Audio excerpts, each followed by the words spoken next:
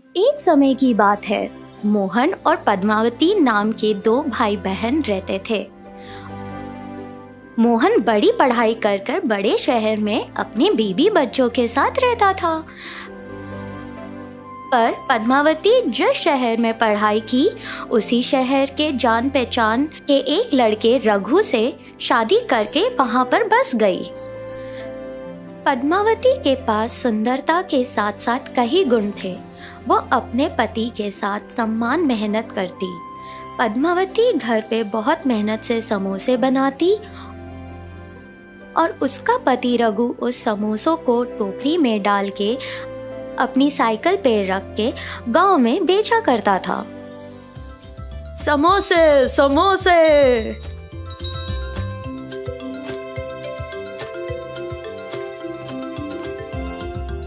उन समोसों से कमाए हुए पैसे रघु घर लेकर आता था।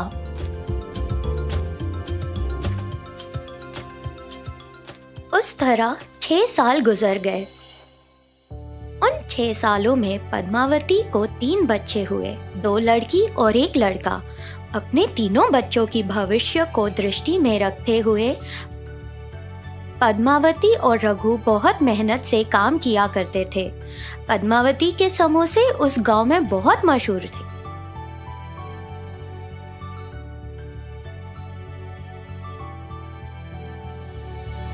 एक दिन पद्मावती का भाई मोहन पद्मावती के पूरे परिवार से मिलने शहर से गांव आया। बहन, और कितने दिन यहाँ रहोगी? शहर आकर यहाँ करने वाली समोसे का धंधा वहाँ कर लो ना। इसी दौरान रघु घर पर आया तो मोहन ने भी उसे यही बात दोहरा कर बोला, जिस जगह पर बहुत ज्यादा लोग नौकरी करने आते हैं वहाँ पर अपने समोसे का धंधा शुरू करो। मैं जहाँ नौकरी करने जाता हूँ, हर सुबह मेरे साथ आके साइकिल पे समोसे बेचो। जैसे मोहन ने कहा उसी तरह रघु शहर चला गया। मोहन के घर के बाजू में ही एक छोटा सा घर किराए पे लेकर वो लोग वहां रहने लगे। बिल्कुल गांव के जैसे यहाँ भी पद्मावती समोसे बनाती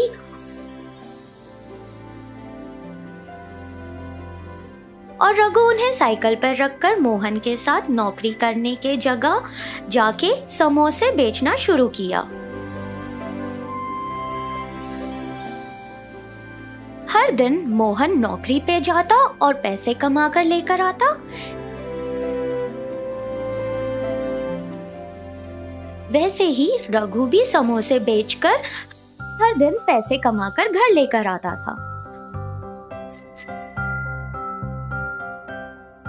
पद्मावती के हाथों से बनाए हुए समोसे शहर वालों को भी बड़े स्वादिष्ट लगते थे।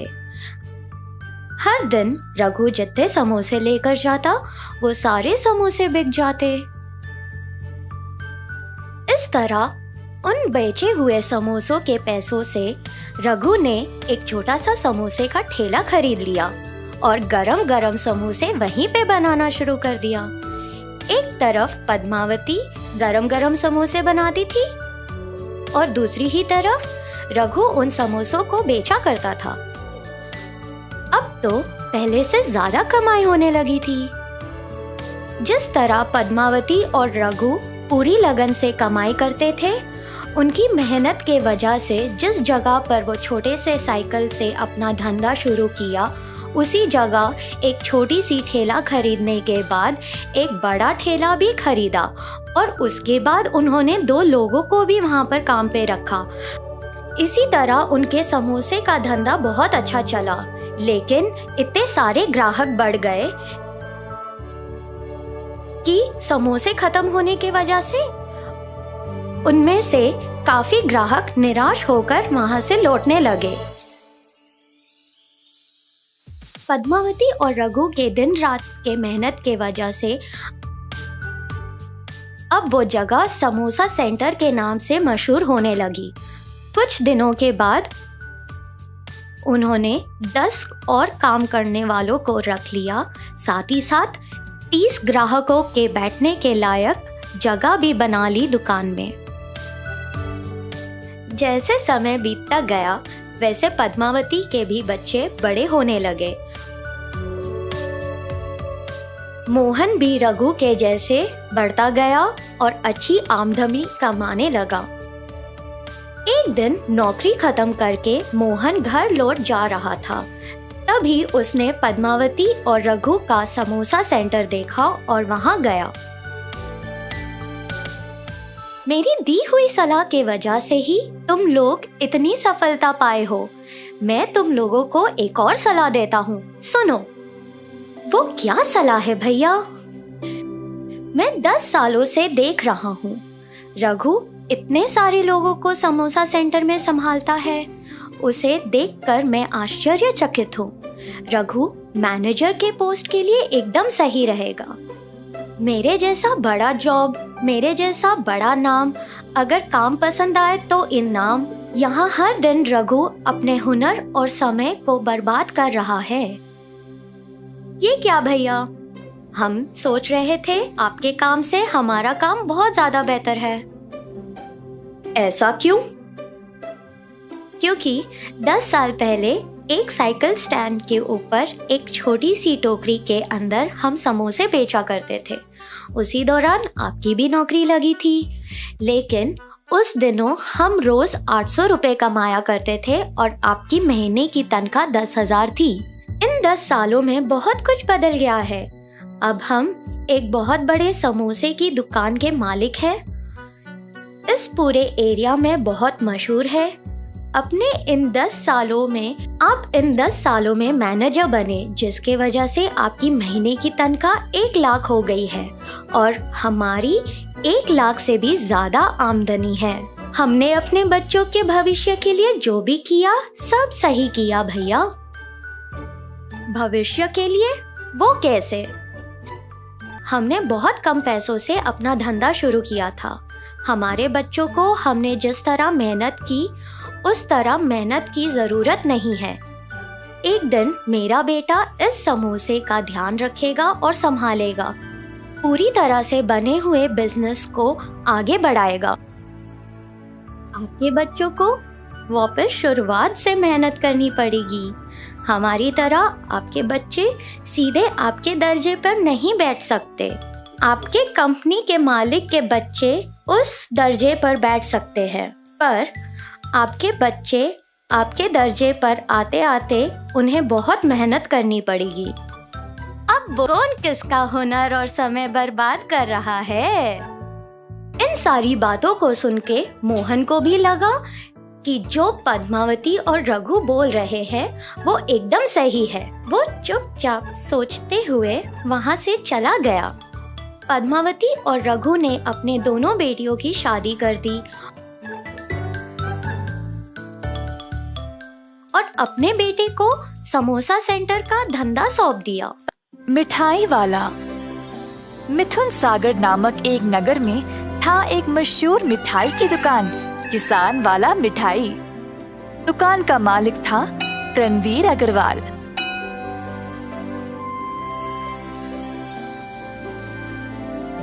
रणवीर अपने बेटे केतन से बहुत प्यार करता था। केतन के साथ एक और लड़का था, शंतन। शंतन अंजया का बेटा था जो रणवीर के लिए काम करता था। अब शंतन तो केतन का सगा भाई तो नहीं था, पर दोनों को रणवीर ने साथ साथ बड़ा किया।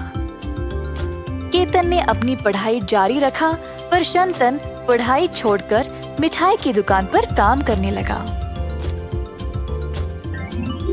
कुछ महीनों बाद केतन ने भी पढ़ाई छोड़ दी, क्योंकि वह अच्छे से पढ़ाई नहीं कर पाया। शंतन दुकान में ही काम कर रहा था और केतन ने बाकी पाठ्यक्रमों में जमा हो गया, जैसे कि मुक्केबाजी, घुड़सवारी, कराटे और बहुत कुछ। बहुत सालों तक केतन संघर्ष करता रहा, पर वह हर किसी में असफल रहा। इसी प्रकार कई साल गुजर गए और केतन किसी भी चीज में सफलता नहीं प्राप्त की। दूसरी ओर शंतन दुकान में काम करके स्वादिष्ट मिठाई बनाना सीख लिया। उसने बहुत मिठाई बेचा और किसान वाला मिठाई को और भी मशहूर बना दिया। उसकी जिम्मेदारियां भी बढ़ गई और उसने दुकान की अच्छी देखभाल की। रणवीर ने दोनों लड़कों को ध्यान से देखा और फिर एक दिन केतन को अपने पास बुलाया। केतन, तुमने 12 साल बिताए कई पाठ्यक्रमों को सीखने में, पर तुमने कुछ नहीं सीखा। कम से कम दुकान के कैश काउंटर को जाकर संभालो, कुछ ना कुछ तो वहाँ सीख जाओगे। ये सुनकर केतन बहुत खुश हो गया। उसको ऐसा लगा जैसे पूरी दुकान उसी की है और हर एक जिम्मेदारी भी उसी की। अगले दिन केतन दुकान पर गया। अपने आप को कुछ ज्यादा ही महान समझकर दुकान पर उसने देखा कि शंतन सब कुछ बहुत अच्छे से संभाल रहा था। किसी ने केतन को भाव ही नहीं दिया और केवल शंतन की बात ही सुन रहे थे। केतन को जलन होने लगी और उसको समझ नहीं आया कि वह क्या करे। दिन समाप्त होने के बाद जब शंतन काम करने वालों को तनख्वाह दे रहा था, तब केतन बीच में आया और उसके हाथ से पैसे छीन लिए। ये मेरी दुकान है और अब से पैसे मैं ही संभालूंगा। उठो यहाँ से और जाओ। शंतन ने कुछ नहीं कहा और चुपचाप वहाँ से चला गया। केतन अब काम करने वालों को पूरी तनख्वाह देने के बजाय आधा ही देने लगा। दुकान के लोगों को निकालकर दूसरे काम वालों को ले आया, जिनको मिठाई बनाने के बारे में ज्यादा कुछ पता भी नहीं था। शंतन ये देखकर केतन के पास गया और बोला, अगर तुम ऐसे कर्मी को काम पे रखोगे तो हम अच्छी मिठाई कैसे बना पाएंगे? मुझे पता है मैं क्या कर रहा हूँ। अगर तुमको पसंद नहीं तो तुम इस दुकान को छोड़कर जा सकते हो। ये सुनकर शंतन दुकान जाना बंद कर दिया। जब रणवीर ने शंतन को घर पर ही देखा तो वो हैरान रह गया। रणवीर जानना चाहता था कि हुआ क्या, पर शंतन उसको कुछ नहीं बोल रहा था। अंत में रणवीर को पता चल ही गया कि उसकी दुकान पर हो क्या रहा था। रणवीर ने देखा कि उसका बेटा गलत रास्ते पर जा रहा था।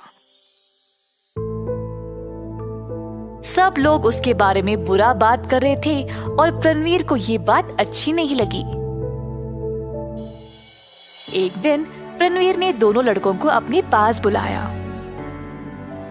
रणवीर ने लड़कों से पूछा कि क्या हो रहा है। शंतन ने अपनी बात बोली, पर केतन अपनी गलती मान ही नहीं रहा था। रणवीर को पता था कि गलत कौन था। वो जानता था कि शंतन की वजह से ही दुकान का अच्छा नाम बना था।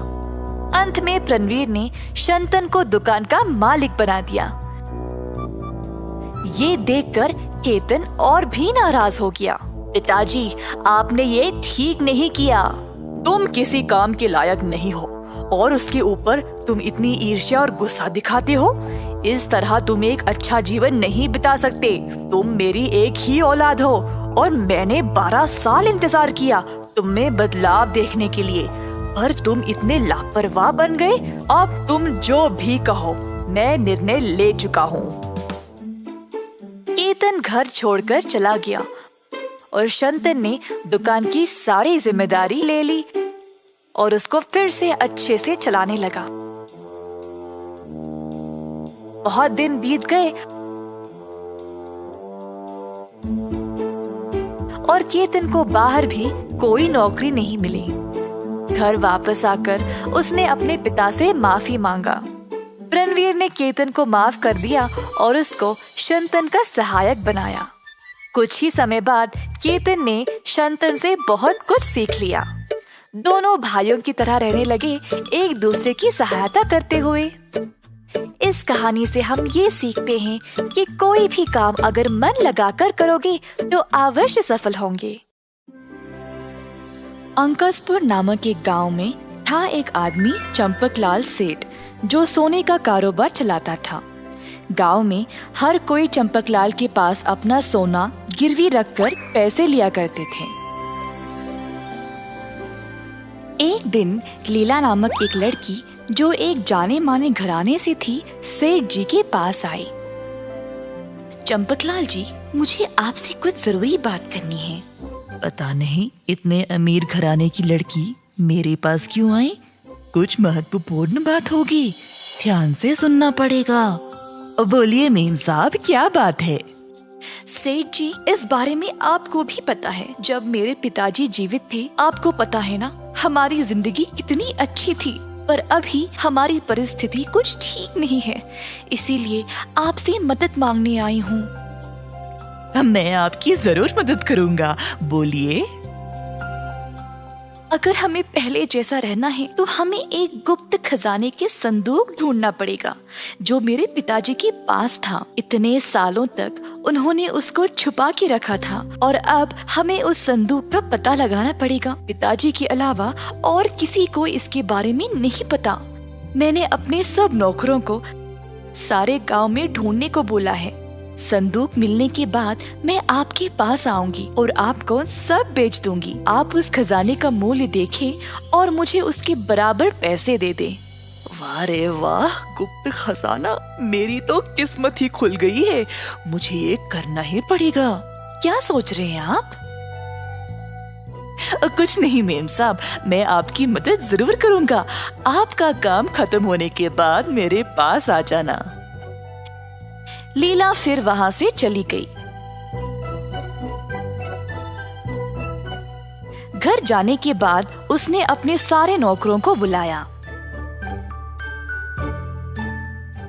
सब लोग मेरी बात ध्यान से सुनो।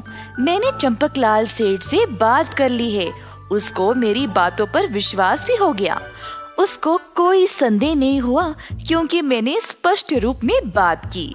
अब बाकी का काम तुम लोग संभालो। कमरे से सारे मटके ले आओ, नकली सोना लाओ और काम पे लग जाओ।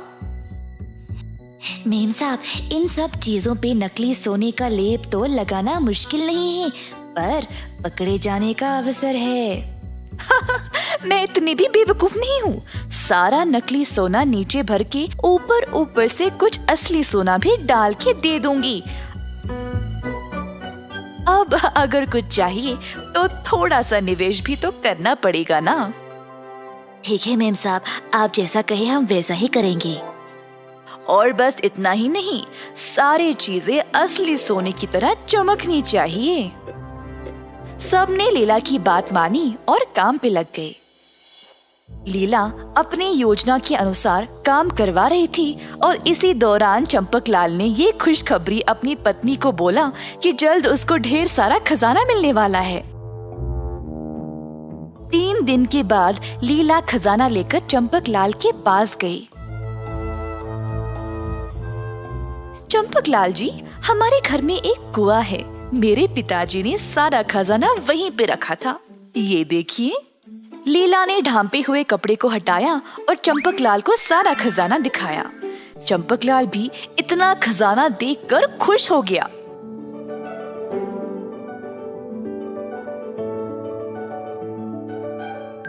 सेठ साहब, आप इतना चौंक क्यों गए? क्या ये सोच रहे हो कि ये असली है या नहीं? अरे नहीं, ऐसा कुछ नहीं है मेम साहब। आइए आइए, अंदर बैठिए। सेवकों, संदूक को अंदर रख दो। चंपकलाल इतना चौंक गया था कि उसकी बोलती ही बंद हो गई थी। ये तो बहुत सारा सोना है मेम साहब, मुझे यकीन ही नहीं हो रहा। जी, तो आप मुझे जांच के कब बताओगे इस सोने का मूल्य? अरे मेम साहब, इसको जांचने की कोई आवश्यकता ही नहीं है। बस आप इस सारे सोने को मुझे बेच दे और पैसे ले जाए। ये कैसे संभव है? आपको सोने की जांच तो करनी चाहिए। मुझे बाद में कोई परेशानी नहीं चाहिए। आप अभी मेरे सामने ही इसको जांचो। जी, आपको कहीं और जाने की क्या जरूरत, मैं अभी देखता हूँ। इधर लाइए। लीला ने सेठ को कुछ चीजें दिखाई, जैसे कि एक छोटा सा मटका, एक भगवान की मूर्ति और असली सोने का हार।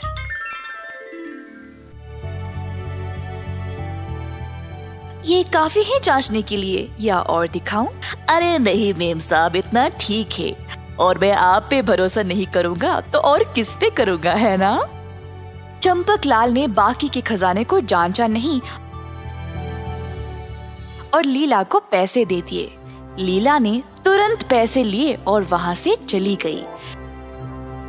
चंपकलाल को लीला पर पूरा यकीन था और उसको सारे सोने का बराबर पैसा दे दिया।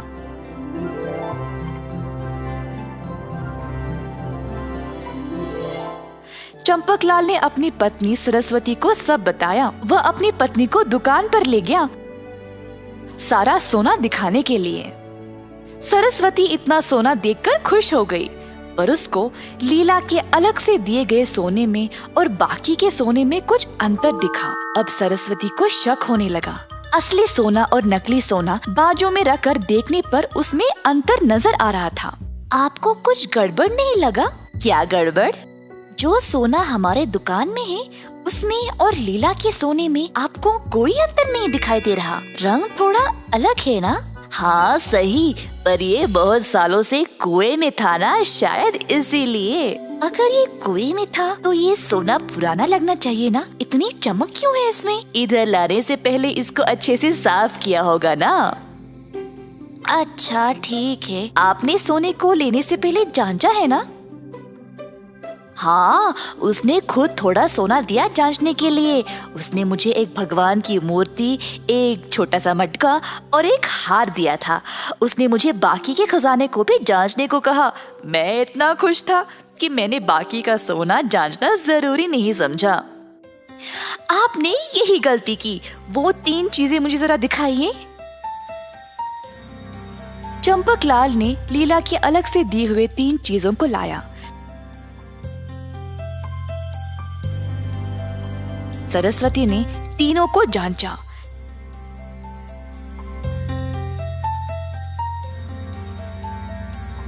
जैसे चंपकलाल ने कहा था, ये 3 असली सोने के थे।